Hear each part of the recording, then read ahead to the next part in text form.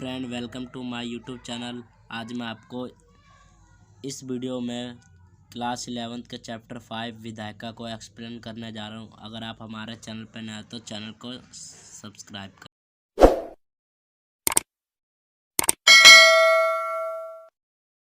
चलिए वीडियो को स्टार्ट करते हैं। इस वीडियो में हम पढ़ेंगे कि विधायिका की आवश्यकता क्यों होती है, संसद के दोनों सदन के कार्य, कानून निर्माण, संसद की समितियां और कार्यपालिका पर नियंत्रण।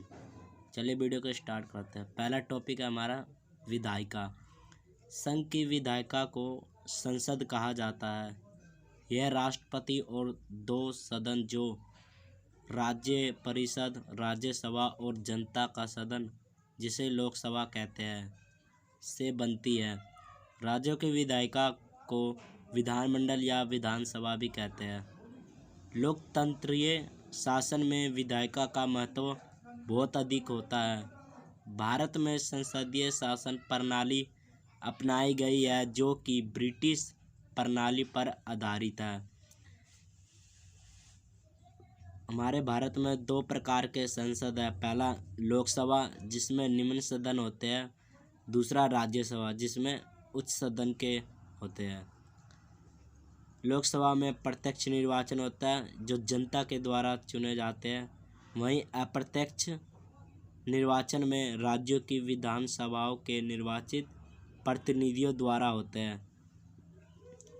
सरकार के तीन अंग हैं। पहला विधायिका, दूसरा कार्यपालिका, तीसरा न्यायपालिका। विधायिका कानून का निर्माण करती है, वहीं कार्यपालिका कानून की क्रियान्वयन करती है और न्यायपालिका न्याय अधिनियम है। विधायिका का चुनाव जनता द्वारा होता है, इसलिए ये जनता का प्रतिनिधि बनकर कानून का निर्माण करता है। इसकी बहस, विरोध प्रदर्शन, बहिर्गमन, सर्वसम्मति और सरकारों सहयोगों आदि अत्यंत जीवंत बनाए रखती है। संविधान के अनुच्छेद 76 के अनुसार भारतीय संसद में दो सदनों के साथ साथ राष्ट्रपति को भी सम्मिलित किया जाता है। द्विसदनात्मक राष्ट्रीय विधायिका का पहला लाभ समाज के सभी वर्गों और देश के सभी क्षेत्रों को समुचित प्रतिनिधित्व दे सके। दूसरा लाभ संसद के प्रत्येक निर्णय पर दूसरे सदन में पूर्ण विचार हो। भारतीय संसद का ऊपरी सदन राज्यसभा है। इसके अधिकतम 250 सदस्य होते हैं, जिनमें 12 सदस्य राष्ट्रपति द्वारा मनोनीत और 238 सदस्य राज्यों द्वारा अप्रत्यक्ष चुनाव द्वारा निर्वाचित होते हैं। इनका निर्वाचन 6 वर्ष के लिए किया जाता है। राज्यसभा एक स्थायी सदन है। प्रत्येक 2 वर्ष बाद इसमें 1/3 सदस्यों का चुनाव होता है। मनोनीत सदस्य साहित्य, विज्ञान, कला, समाज सेवा, खेल आदि क्षेत्र से लिए जाते हैं। अमेरिका के द्वितीय सदन सीनेट में प्रत्येक राज्य को समान प्रतिनिधित्व दिया गया है।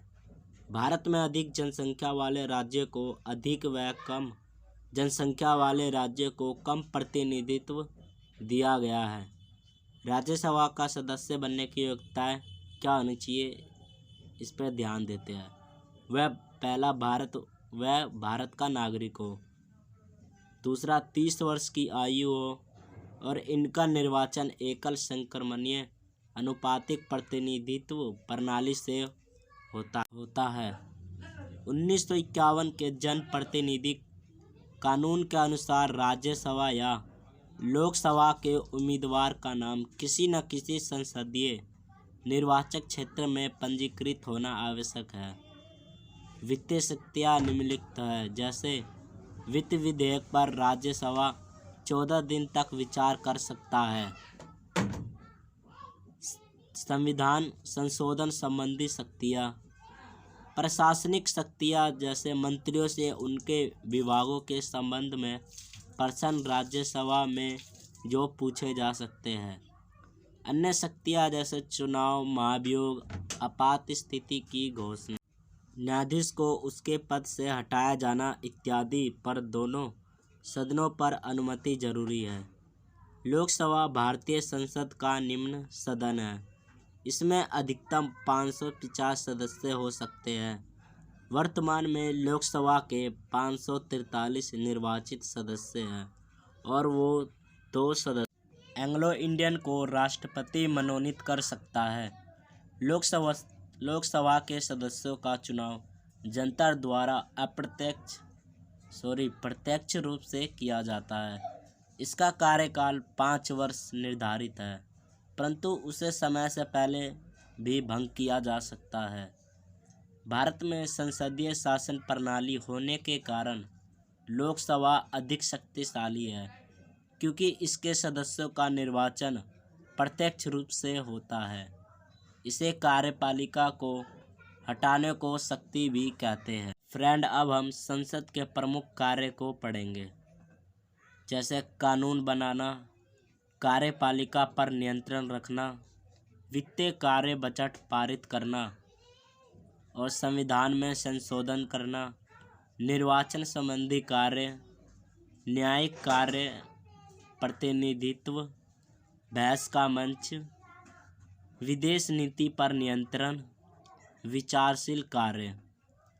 लोकसभा की विशेष शक्ति धन विधेयक प्रस्तुत करना, उसे संशोधित व अस्वीकार कर सकती है। मंत्रिपरिषद केवल लोकसभा के प्रति उत्तरदायी है। विधेयक प्रस्तावित कानून का प्रारूप अनुच्छेद 107-112 कानून निर्माण में है। इसमें 2 विधेयक है, पहला सरकारी विधेयक, दूसरा गैर सरकारी विधेयक। चलिए सरकारी विधेयक पर चर्चा करते हैं। इसमें जो मंत्रियों द्वारा पेश किए जाते हैं, इसमें 3 विधेयक होते हैं, पहला धन विधेयक, दूसरा साधारण विधेयक, तीसरा संविधान संशोधन विधेयक। गैर सरकारी विधेयक में संसद का अन्य कोई सदस्य पेश करता है। इसमें पहला साधारण विधेयक, दूसरा संविधान संशोधन विधेयक। चलिए अब इनकी प्रक्रिया पर चर्चा करते हैं। पहला प्रथम वाचन, दूसरा द्वितीय वाचन समिति स्तर, समिति की रिपोर्ट पर चर्चा, तृतीय वाचन, दूसरे सदन में प्रक्रिया, राष्ट्रपति की स्वीकृति। आगे है संसदीय नियंत्रण के साधन। इसमें बहस और चर्चा, प्रश्नकाल, शून्यकाल, स्थगन प्रस्ताव, कानूनों की स्वीकृति या अस्वीकृति, वित्तीय नियंत्रण, अविश्वास प्रस्ताव, निंदा प्रस्ताव। संसदीय समितियों में विभिन्न विधायी व दैनिक कार्यों के लिए समितियों का गठन संसदीय कामकाज का एक जरूरी पहलू है। यह विभिन्न मामलों पर विचार विमर्श करती है और प्रशासनिक कार्य पर निगरानी रखती है। वित्तीय समितियाँ, इसमें लोक रेखा समिति भारत सरकार के विभिन्न विभागों का खर्च नियमानुसार हुआ या नहीं। पाकलन समिति, इसमें खर्च में किफ़ायत किस तरह की जा सकती है। लोक उपक्रम, सरकारी उद्योगों की रिपोर्ट की जांच करती है कि उद्योगों व व्यवसाय कुशलतापूर्वक चलाया जा रहे हैं या नहीं। विभागीय स्थायी समितियाँ, पहला नियमन समिति, विशेषाधिकार समिति, कार्य मंत्रणा समिति, आश्वासन समिति। तदर्थ समितियाँ, इसमें विशिष्ट विषयों की जांच पड़ताल करने तथा रिपोर्ट देने के लिए समय समय पर गठन किया जाता है। बोफोर्स समझौतों से संबंधित संयुक्त समिति समितियों द्वारा दिए गए सुझाव को संसद शायद ही नामंजूर करती है। फ्रेंड, आगे पढ़ते हैं कि संसद समय को किस प्रकार नियंत्रित करती है। पहला, संसद का सार्थक व अनुशासित होना। सदन का अध्यक्ष विधायिका की कार्यवाही के मामलों में सर्वोच्च अधिकारी होता है। दल बदल निरोधक कानून द्वारा 1985 में 52वां संशोधन किया गया। 91वें संशोधन संविधान संशोधन द्वारा संशोधित किया गया। यदि कोई सदस्य अपने दल के नेतृत्व के आदेश के बावजूद सदन में उपस्थित न हो या दल के निर्देश के विपरीत सदन में मतदान करे अथवा स्वेच्छा से दल की सदस्यता से त्यागपत्र दे, उसे दल बदल कहा जाता है। अध्यक्ष उसे सदन की सदस्यता के अयोग्य ठहरा सकता है। भारतीय संघात्मक सरकार में 29 राज्य तथा 7 केंद्र शासित इकाइयों को मिलाकर भारत में संघीय शासन की स्थापना करती है।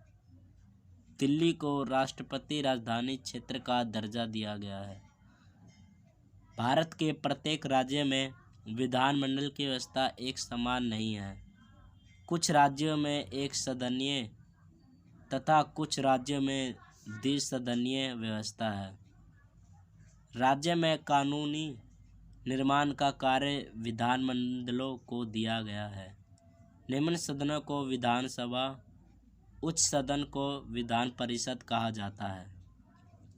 द्विसदनीय राज्य में जैसे उत्तर प्रदेश, तेलंगाना, बिहार, महाराष्ट्र, कर्नाटक व आंध्र प्रदेश 6 राज्य, बाकी सभी राज्य एक सदनीय है। विधानसभा की शक्तियाँ: विधायी कार्य शक्ति, वित्तीय शक्तियाँ, कार्यपालिका शक्तियाँ, चुनाव संबंधी कार्य, संविधान संशोधन संबंधी का शक्तियाँ। विधान परिषद की शक्तियाँ: विधायी शक्तियाँ, वित्तीय शक्तियाँ, कार्यपालिका का शक्तियाँ।